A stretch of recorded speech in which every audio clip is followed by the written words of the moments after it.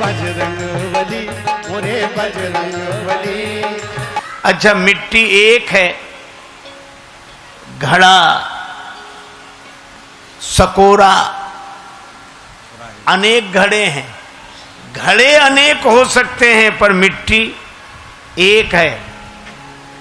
आभूषण अनेक हो सकते हैं पर सोना एक है। इसी तरह परमात्मा एक है पर भाव के कारण उसके रूप अनेक हैं। भाव ही सर्वस्व है, भाव ही आधार है, और भाव से भजले इन्हें तो भव से बेड़ा पार है।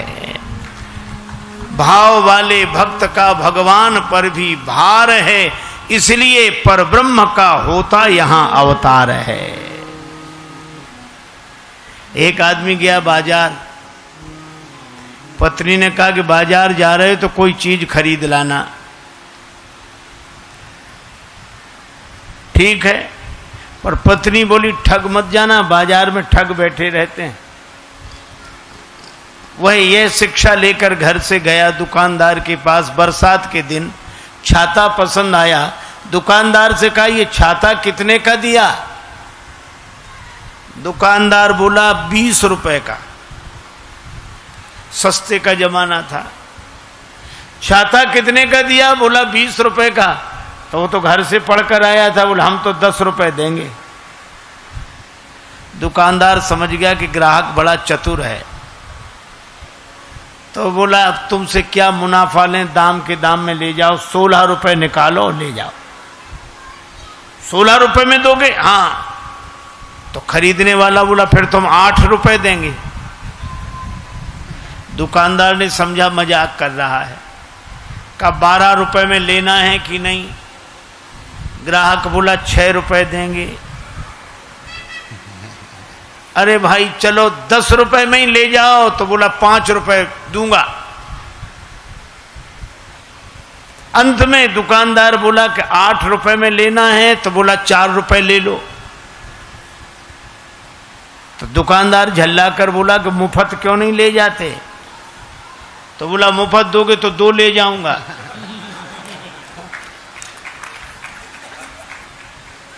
है?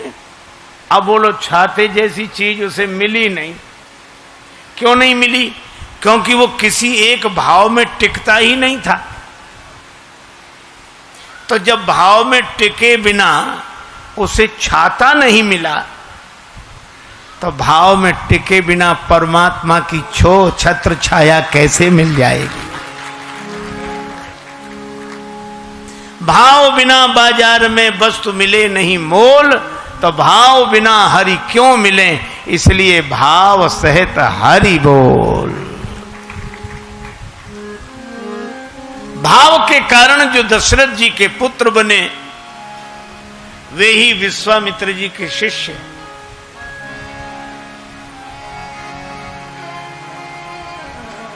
भगवान श्री राम ने विश्वामित्र जी के यज्ञ की रक्षा की। अब राम जी बोले गुरुदेव आपका यज्ञ पूरा हो गया, अब हमें अयोध्या वापस भेज दीजिए। गुरु जी बोले अभी नहीं, अभी एक यज्ञ और बाकी है। गुरुदेव उस यज्ञ का नाम क्या है? गुरु जी कहते हैं धनुष यज्ञ सुनी रघुकुल नाथा, हरसि चले मुनिवर के साथ। धनुष यज्ञ सुने रघुकुल नाथा, हरसि चले मुनिवर के साथ।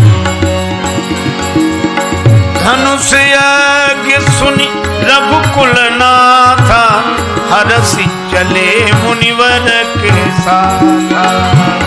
यज्ञ सुन रघुकुल नाथा, हरसि चले मुनिवर के साथ।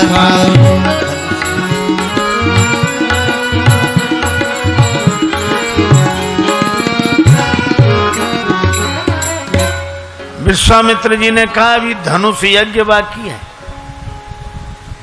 और हमें एक भरोसा हो गया कि आपके कारण हमारा यज्ञ पूरा हुआ, तो जनक जी का यज्ञ भी आपके ही कारण पूरा होगा। चल दिए श्री राम जी।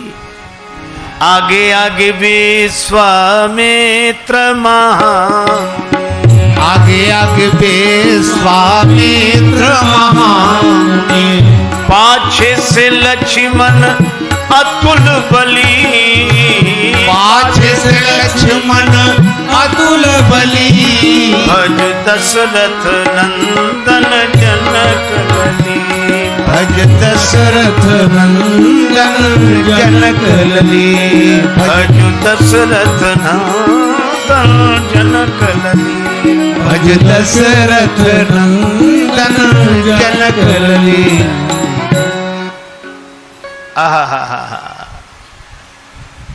आगे गुरुदेव, उनके पीछे श्री राम जी, उनके पीछे श्री लक्ष्मण जी, ये यात्रा कर रहे हैं विदेह नगर की।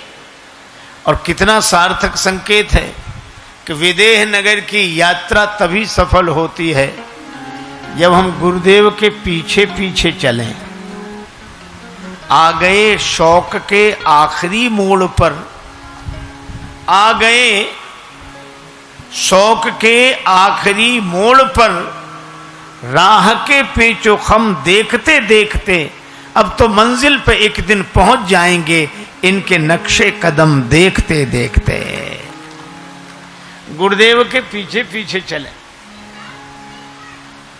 महाजनो येन गतः स पंथः, महापुरुष जिस रास्ते से जाएं उसी रास्ते पर चलना चाहिए। लेकिन गुरुदेव के पीछे कौन चलता है? श्री राघवेंद्र के पीछे श्री लक्ष्मण है, और लक्ष्मण जी वैराग्य हैं, राम जी भगवान हैं। और कितना बढ़िया संकेत है कि वैराग्य जिसके पीछे पड़ा होता है वे ही गुरुदेव के पीछे पीछे चलते हैं। अच्छा, वैराग्य पीछे नहीं लौटने देता, वैराग्य पीछे नहीं लौटने देता, गुरुदेव आगे बढ़ाते हैं। तो जो वैराग्य के साथ गुरुदेव के पद चिन्हों का अनुकरण करेगा वो निश्चित रूप से विदेह नगर पहुंच जाएगा, इसमें कोई संदेह नहीं। लेकिन रास्ते में एक घटना घटी। आश्रम एक दीख मग माही, आश्रम एक दीख मग माही, आश्रम एक देख मग, खग मृग जीव जंतु तहनाही, ओ रामा आश्रम एक दीख, एक दीख, एक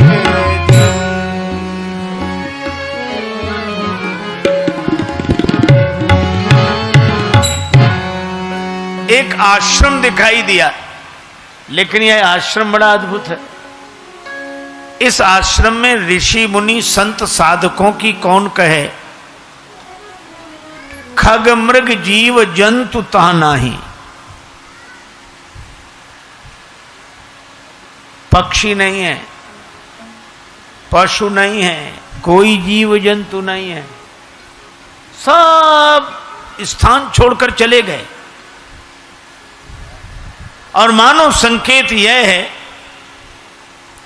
कि अहिल्या माता से भ्रमवश जो भूल हुई है उसके कारण वे इतनी परित्यक्ता मान ली गई कि ऋषि मुनि मानवों की कौन कहे। खगमृग जीव जंतु भी जगह छोड़कर चले गए।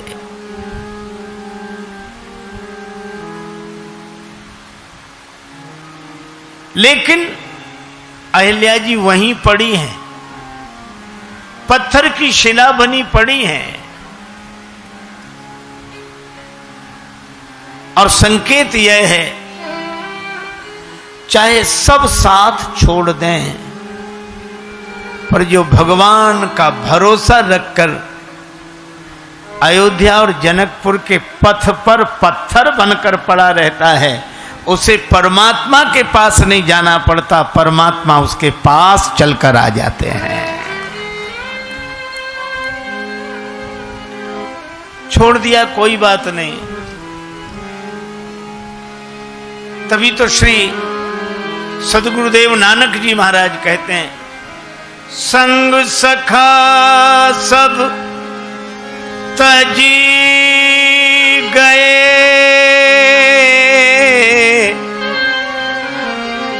कोई न निभयो साथ, कह नानक इस विपत्ति में एक टेक रघुनाथ,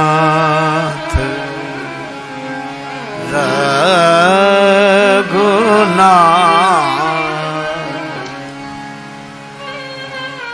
कह नानक इस विपत में एक टेक रघुनाथ, जाऊं कहाँ तजी चरण तुम्हारे, जाऊं कहाँ तजी चरण, जाऊं कहाँ तज चरण तुम्हारे, जाऊं कहाँ तज चरण। काको नाम पतित पावन जग, कही अति दीन प्यारे, जाऊं कहाँ तज चरण, जाऊं कहाँ तज चरण तुम्हारे, जाऊं कहाँ तज चरण तुम्हारे, जाऊं कहाँ तज चरण।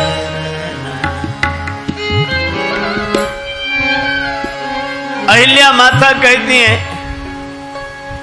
कि मेरे तो चरण नहीं हैं जो कहीं चलकर जाऊं, मैं तो पत्थर की शिला बन गई, लेकिन भगवान आपके चरणों की प्रतीक्षा है। साधक का चरण आचरण है, आचरण के बल पर ही तो वह चलता है। पर अहिल्या माता कहती हैं कि ऐसी जड़ता आ गई है कि कोई चेतना रही ही नहीं, और जब अपने में चलने की चेतना न रही हो,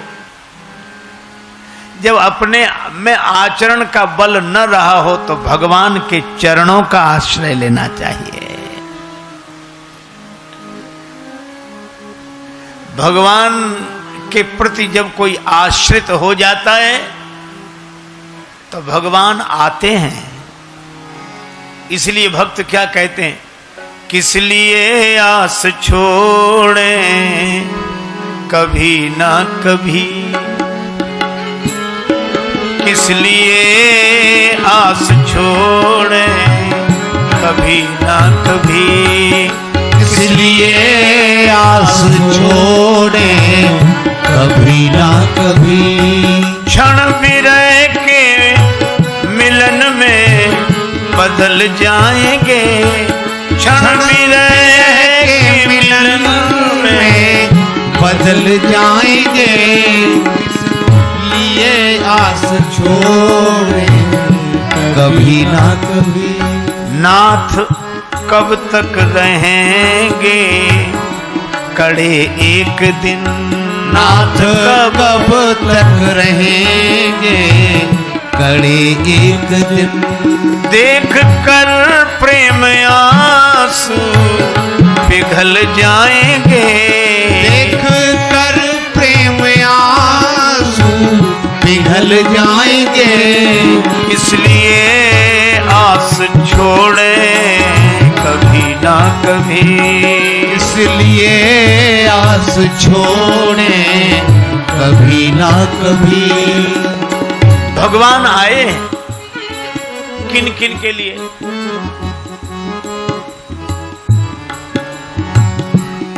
शबरी के वट जटायु अहिल्यादि के, सबरी के वट जटायु अहिल्यादि के, पास पहुंचे स्वयं छोड़ कर के अवध, पास पहुंचे स्वयं छोड़ कर के अवध।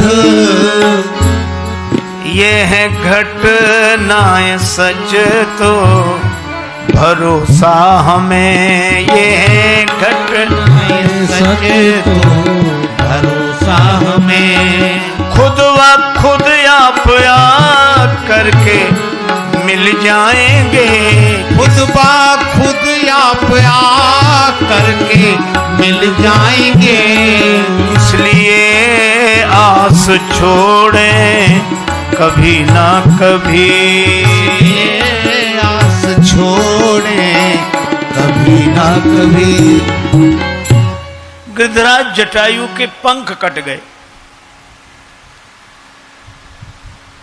किसी ने जटायु जी से कहा आपके साथ बहुत गलत हुआ, अब पंख ही कट गए, और जब पंख ही नहीं रहेंगे तो भगवान के पास पहुंचोगे कैसे? गति का साधन नहीं रहा। श्री जटायु जी कहते हैं कि पंख कट गए अच्छा रहा। क्यों? का पंख होते तो जिम्मेवारी मेरी थी कि मैं उड़कर भगवान के पास जाऊं, और पंख नहीं रहे तो अब जिम्मेवारी भगवान की है कि वो चलकर मेरे पास आए। साधनहीन को भगवान जल्दी मिलते हैं। तेरी रहमत ने दिया जो गुनहगारों का साथ, तो चीख उठे बेगुनाह हम भी गुनहगारों में हैं। भगवान के आश्रित होकर कोई देख ले, आएंगे, जरूर आएंगे। भगवान हैं। एक कवि ने कहा कि खुली छतों के चिराग, खुली छतों के चिराग कब के बुझ गए होते, कोई तो है जो हवाओं के हाथ थामे है। भगवान पर भरोसा रखो, पक्का भरोसा रखो। अहिल्या जी का भरोसा है भगवान पर।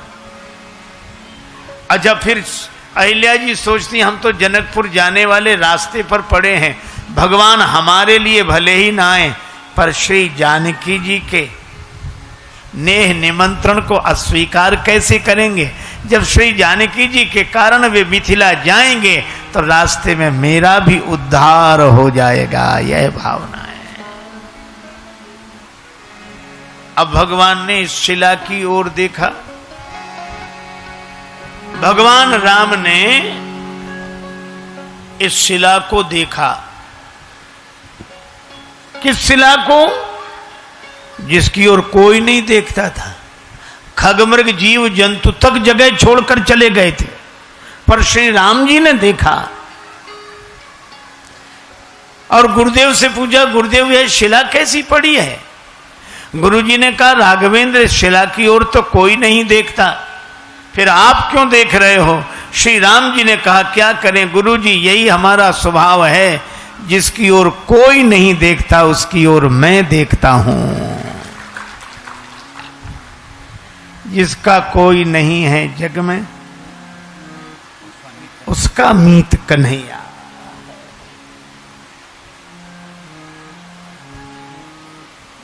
अच्छा राम जी, आप देख रहे हैं शिला की ओर? हाँ। उद्धार करना चाहते हैं? नहीं नहीं गुरुदेव, उद्धार नहीं करना चाहते। फिर कर्ज चुकाना चाहता हूं। आप पर भी किसी का कर्ज है। ये कर्ज का मर्ज बहुत बुरा है, बहुत।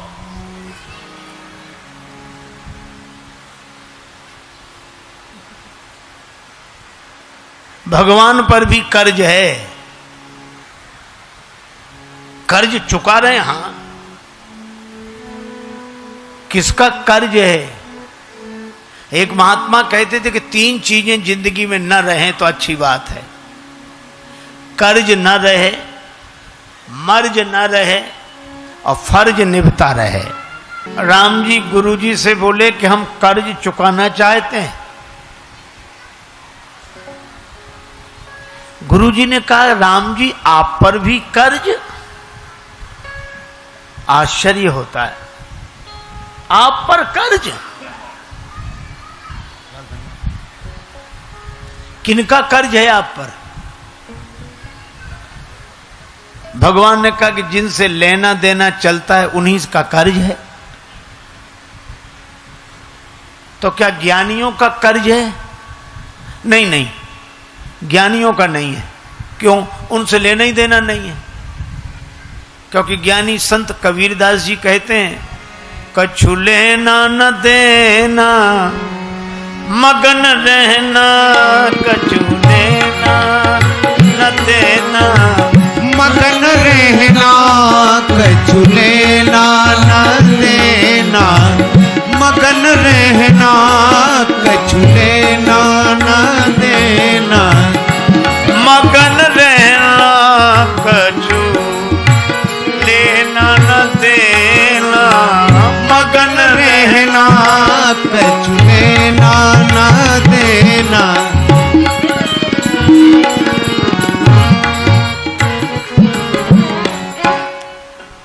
ज्ञानी जन तो कहते हमें कोई लेना देना नहीं, तो कछु लेना न देना। तो ज्ञानियों को किसी से कोई लेना देना नहीं। आत्मन्य वात्मन तुष्ट, वो अपने आप से अपने आप में संतुष्ट हैं। भगवान कहते हैं कि जब ज्ञानी जनों को हमसे कोई लेना देना नहीं है तो हमें ज्ञानियों से क्या लेना देना है? तो मगन रहो अपने में, हम मगन रहें अपने में। एक ज्ञानी महात्मा ने तो कहा, भली भई हरि बीसरे। बड़ा अच्छा हुआ भगवान भूल गए, हम भगवान को भूल गए। भली भई हरि बीसरे, सिर से गई बलाए और जैसे के तैसे रहे, ना कछु आए न जाए। तो भगवान ने कहा उन्हें हमसे कोई लेना देना नहीं, हमें उनसे कोई लेना देना नहीं है। तो आपका लेना देना किन से चलता है? भगवान बोले भक्तों से। भक्तों से हमारा लेना देना है। देखो भैया, भगवान श्री कृष्ण से किसी ने कहा कि आपने द्रौपदी जी का चीर बढ़ा दिया। इतना चीर बढ़ाया कि चीर अनंत हो गया। आपके पास इतना चीर कहां से आ गया है? भगवान श्री कृष्ण से पूछा कि द्रौपदी जी का चीर बढ़ा दिया, इतना चीर आया कहां से? भगवान बोले हम एक भक्त से लेते हैं, दूसरे को दे देते हैं। हमने एक भक्त से लिया, दूसरे को दे दिया। किससे लिया? भगवान श्री कृष्ण बोले हमने गोपियों का चीर चुरा लिया और द्रौपदी जी का चीर बढ़ा दिया। एक से लिया, दूसरे को दे दिया। हमारा यही काम है। आज जिससे लिया दूसरे को दिया तो फिर उसे देना।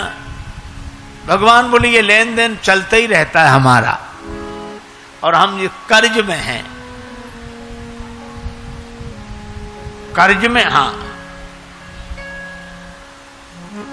भगवान से गुरु जी ने कहा कि आज किसका कर्ज चुका रहे हो जो यहां रुके हो?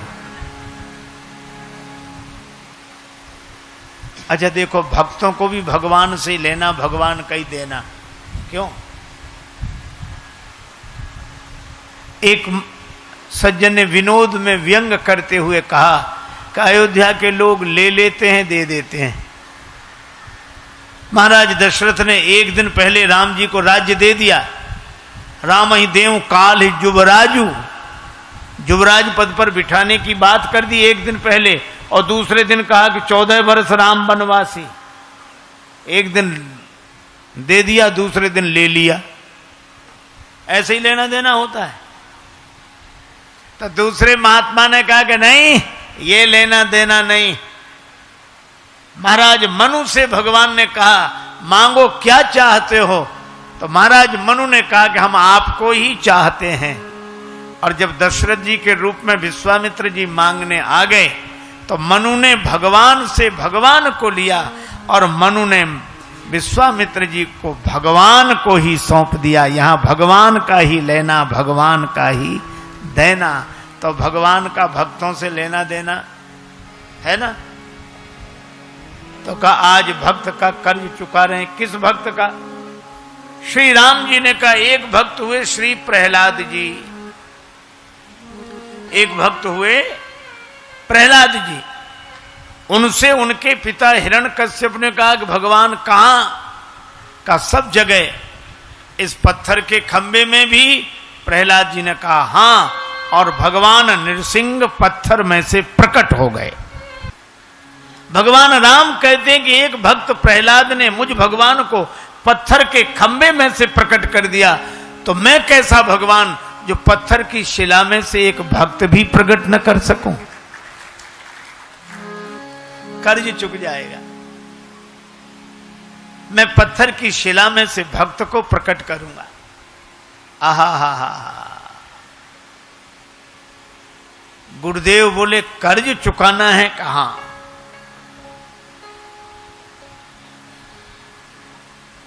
गुरुजी ने कहा मन ते सुचि संयमहीन भई, पति त्याग दई पछितावत है। करनी बिगड़ी, करनी बिगड़ी, अब करनी की कछु बिगड़ी करनी को सुधारत है।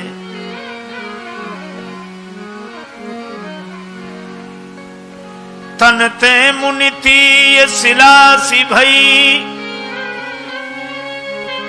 मनते नहीं आन निहारत है।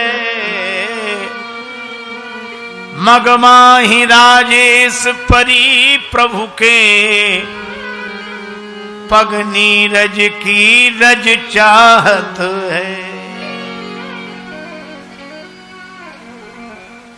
गौतम नारी श्राप बस उपल देह धरि धीर, चरण कमल रज चाहती कृपा करहु रघुवीर।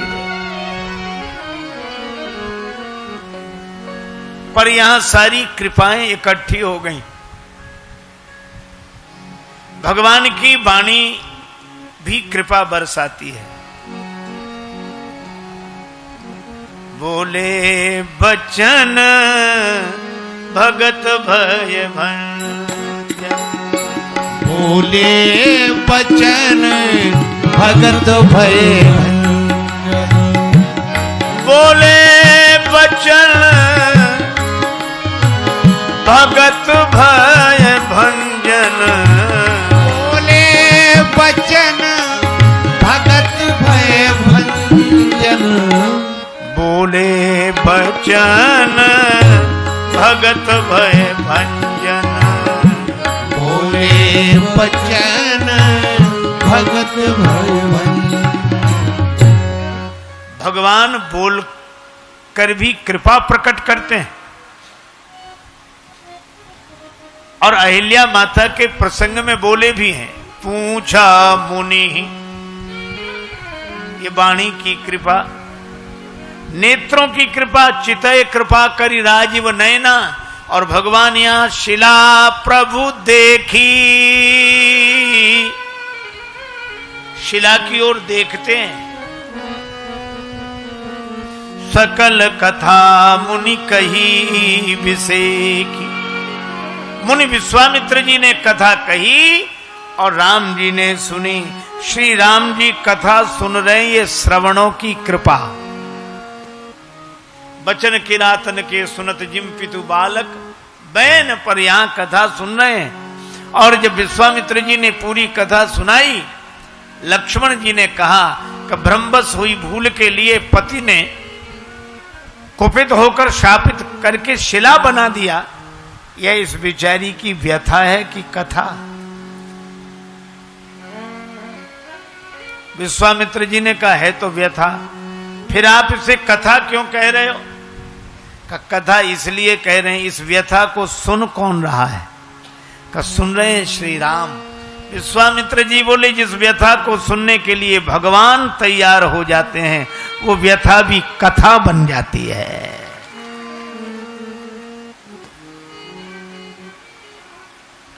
जिन जिन का कष्ट आपने प्रभु दूर कर दिया, उन भक्तों ने ही आपको मशहूर कर दिया। जगत से अगर चोट खाई न होती, प्रभु याद तेरी भी आई न होती।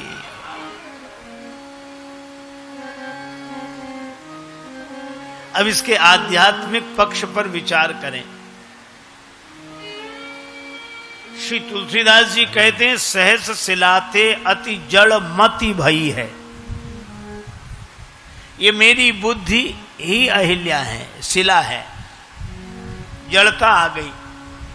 अहिल्या माता महर्षि गौतम की अनुगामिनी,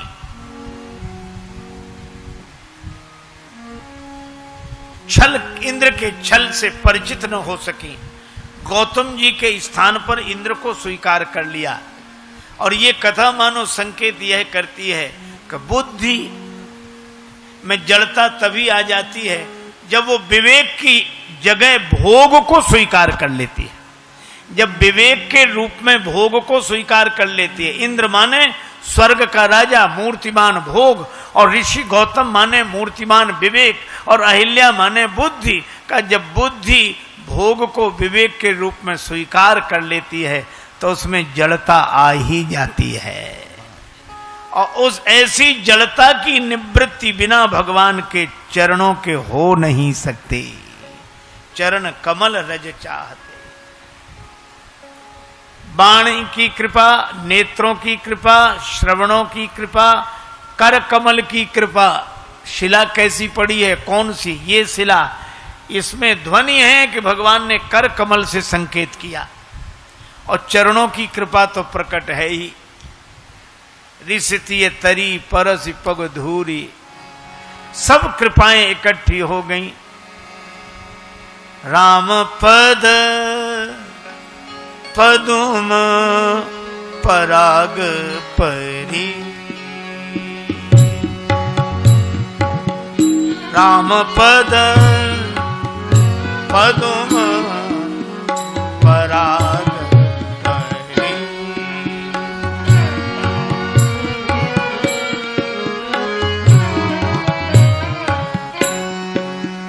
राम पद पदुम पराग परी,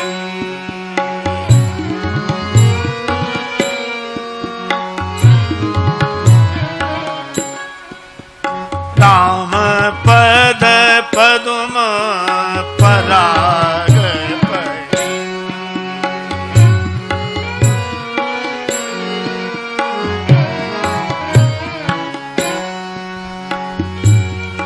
चरणों का आश्रय ले लिया अहिल्या माता ने। अहिल्या जी ने कहा कि प्रभु, आप नेत्रों से देखकर भी मेरा कल्याण कर सकते हैं, पर इस तरह मत करिए। जब आपके नेत्र मुझे देखेंगे तो मेरे दोष भी आपको दिखाई देंगे। कर कमल में धनुष्वाण रहता है, तब धनुष्वाण न्याय के लिए तैयार हो जाएगा। आपके चरण अच्छे हैं, इन चरणों में जो आकर गिर जाता है उसके गुण दोष देखे नहीं जाते। औरों का उद्धार आप आंख खोलकर करें, हमारा उद्धार तो आंख मूंद कर ही कर दीजिए। और मुझे चरण ही नहीं, चरण कमल रज, ये रज शब्द बड़ा अच्छा है। रज धूल को कहते हैं, और ये रज जिसकी आंखों में गिर जाए तो खुली हुई आंख बंद हो जाती है। अहिल्या जी कहती है, मेरा पतन रज के कारण ही हुआ,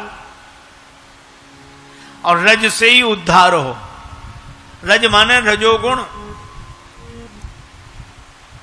जब रजोगुण जगत से जुड़ता है तो काम बनकर जीवन को नष्ट कर देता है, और जब हमारे मन का रजोगुण राम से जुड़ता है तो प्रेम बनकर हमारा उद्धार कर देता है। तो रज से ही पतन, रज से ही उद्धार। पानी में डूबने वाला पानी का ही सहारा लेता है तब पार हो पाता है, धरती पर गिरने वाला धरती का ही सहारा लेता है तब उठ पाता है। इसी तरह रज के द्वारा जिनका पतन हुआ उसका उद्धार भी रज के द्वारा हो तो दुनिया चमत्कृत हो जाएगी। भगवान की चरण रज का यह प्रभाव, खुली हुई आंख बंद हो जाती है रज से, लेकिन गुरुदेव की चरण रज से। गुरुपद रज मृदु मंजुल अंजन, नयन अमीय द्रग दोष विभंजन। तो राम जी की चरण रज से मेरा उद्धार हो।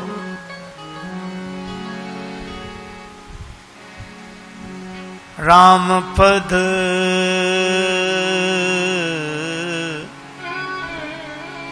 पदुम पराग परी, राम पद पदुम पराग परी।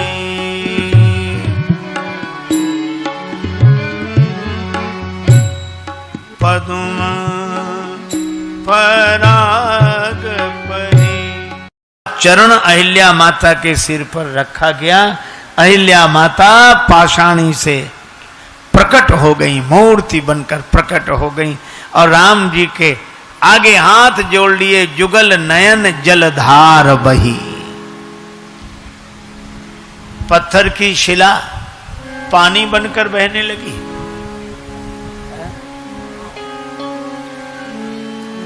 कई बार लोग कहते हैं कि जो पाषाण हृदय होते हैं, अर्थात पत्थर की तरह जिनका हृदय कठोर हो, उनके नेत्र कभी सजल नहीं होते। और एक कवि ने बड़ी अच्छी बात कही कि लोग कहते हैं कि संगे दिल के आंख से आंसू नहीं आते।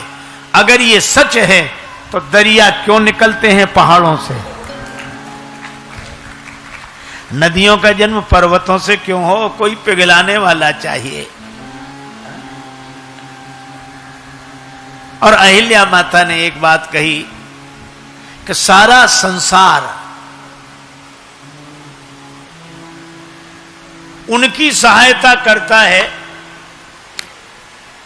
सारा संसार उनकी सहायता करता है जो सक्षम है।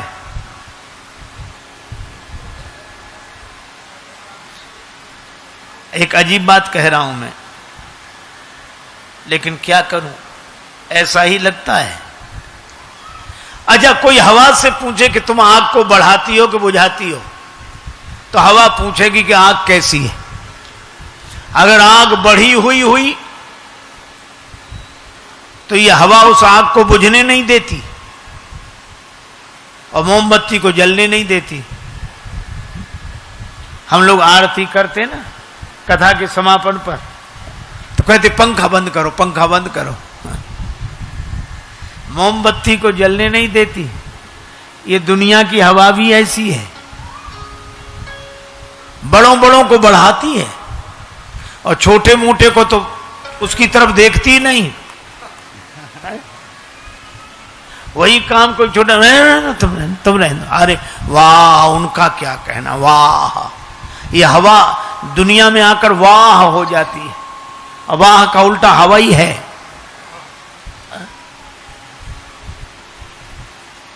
सबे सहायक सबल के, कोई न निबल सहाय। अब पवन जरावत आग को, दीप ही देत बुझाए। धनी गेह में लक्ष्मी जाती, कभी न जाती निर्धन घर में। और सागर में सरिता मिलती है, कभी न मिलती सूखे सर में। तो दोस्तों मेरी आपसे हम्बल रिक्वेस्ट है, अगर आपको वीडियो पसंद आया हो तो प्लीज वीडियो को लाइक और शेयर करना मत भूलिएगा। और प्लीज प्लीज प्लीज इस चैनल को सब्सक्राइब जरूर कर लीजिए, क्योंकि मैं ऐसे वीडियोस अपलोड करता रहता हूँ। और सब्सक्राइब करने के बाद उस बेल आइकन पे जरूर क्लिक कर दीजिएगा ताकि कोई भी न्यू वीडियो आपकी मिस ना हो सके। तो दोस्तों प्लीज एक humble request, please subscribe to our channel. नमस्कार, आपका दिन शुभ हो। देख लिया संसार हमने देख लिया, देख लिया संसार हमने देख लिया, सब मतलब के यार हमने देख लिया, सब मतलब के यार हमने देख लिया। तन निरोग धन जेब में जब तक, तन निरोग धन जेब में जब तक, मन से सेवा करोगे तब तक, मन से सेवा करोगे तब तक, मन से सेवा करोगे तब तक, मन से सेवा करोगे तब तक, मानेगा परिवार हमने देख लिया, मानेगा परिवार हमने देख लिया। जिस जिसका विश्वास किया है, जिस जिसका विश्वास किया है, उसने हमें निराश किया है, उसने हमें निराश किया है। बनकर रिश्तेदार हमने देख लिया, बनकर रिश्तेदार हमने देख लिया।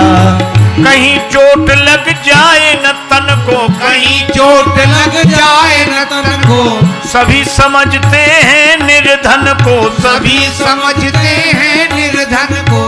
गिरती हुई दीवार हमने देख लिया, गिरती हुई दीवार हमने देख लिया। देख लिया संसार हमने देख लिया, देख लिया संसार हमने देख लिया। प्रतिभा का कोई मोल